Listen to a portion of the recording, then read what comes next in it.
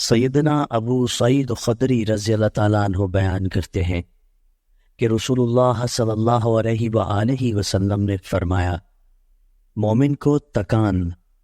تھکاوٹ،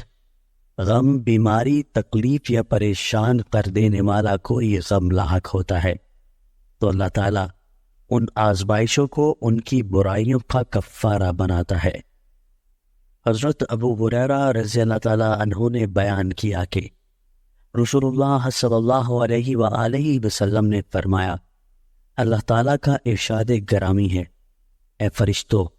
جب میرا بندہ کسی برائی کا ارادہ کرے تو جب تک وہ اس پر عمل کرے تو پھر اس کے برابر گناہ لکھو، اور اگر وہ اس کے مطابق عمل کرے تو پھر اس کے برابر گناہ لکھو۔ اگر وہ میرے خوف سے اس برائی کو ترک کر دے تو اس کے لیے ایک نیکی لکھو، اور اگر کوئی کو ترک کر دے تو اس کے لیے ایک نیکی لکھو، اور اگر کوئی بندہ نیکی کرنا چاہے تو اس کے لیے ارادے ہی پر ایک نیکی لکھ دو، اور اگر اس پر عمل کر لے تو 10 گناہ سے 700 گناہ تک نیکی لکھو۔ نبی کریم صلی اللہ علیہ وآلہ وسلم نے فرمایا، 3 آدمی ایسے ہیں جن سے اللہ تعالیٰ قیامت کے دن بات نہیں کرے گا اور نہ ان کی طرف رحمت سے دیکھے گا۔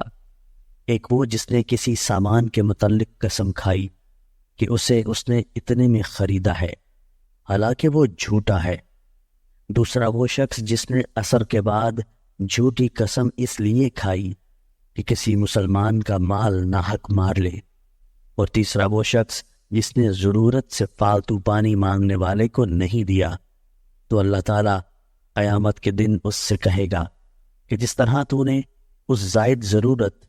فالتو چیز سے دوسرے کو روکا جسے تیرے ہاتھوں نے بنایا بھی نہیں تھا، میں بھی تجھے اپنا فضل نہیں دوں گا۔